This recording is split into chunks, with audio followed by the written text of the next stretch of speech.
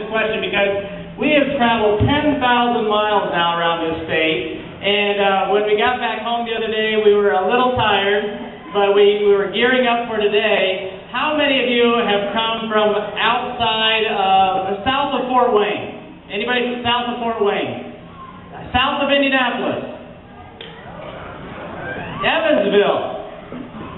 Switzerland County, Franklin County, down in far southeast Indiana. We've got folks here from all over the state, folks that we've met as we've been traveling around, and I tell you, we hear the same thing over and over again. We need to change Washington, not change America. And it's time that we do that. It's time that we elect a senator who's willing to stand up and fight for us, rather than sit on the sidelines with so many issues, and we all wonder where he's at. So thank you for coming up. It means so much to us. It means so much to Christy and I and our family that you're willing to drive so far. Thank you to the deans for being willing to host us tonight. They've been such good friends. My family's here somewhere. My mom is probably taking care of the boys. Right out, where was she? Right there. My family's been just wonderful supporters to us. Couldn't do it without them. And then, of course, to all of the ones that I've served with in the General Assembly so far, I've made such good friends in the General Assembly. There's so many good folks who are doing the same thing that we want to do, that we all want to do, and that is to fight for America, fight for the freedoms that we love, fight for the liberties that we have, and continue marching on so that we don't give those up in a generation or two. So thank you for coming up, and of course Congressman Souder had to leave, and I appreciate his support, and Mayor Hanshu. There's just so many military, police officers. Thank you for your service, because you put your lives on the line every day. Christy and I, we were talking the other day, and somebody said, well, it must be tough for you all to be separated from each other, and Christy said, it's nothing compared to our military men and women who are often separated for years at a time, and they put their lives on the line and they're separated from each other. This is nothing compared to what they have to put themselves through, so thank you to them as well.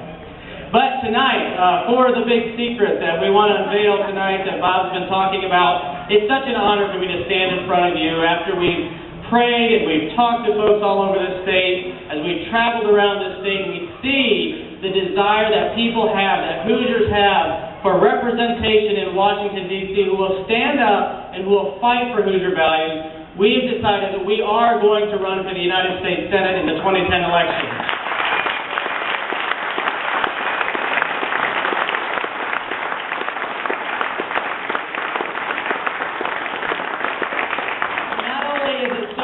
But it's just sometimes we look at what are we really doing and what are we getting ourselves into, but we always meet somebody the next day who says, you know what, we need your help. We need somebody who's going to stand for us. We need someone who's going to fight for Hoosiers, and it just keeps us going. And it's been that sort of encouragement and that sort of people that we have met around the state that have encouraged us, and we've decided that we're going to do this, and it's been such a privilege for us to be able to travel already so much in this exploratory committee, as we called it, to find out where are people at. Are they ready to change Washington? And sure enough, we found it over and over again all around this state.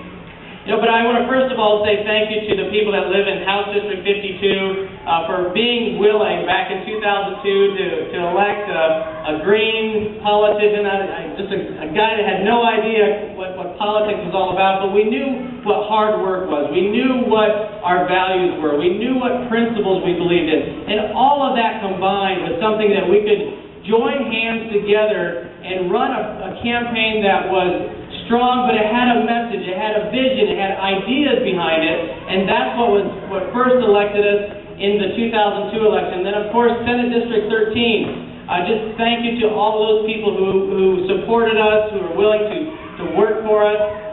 It's just we're so grateful for all of your help.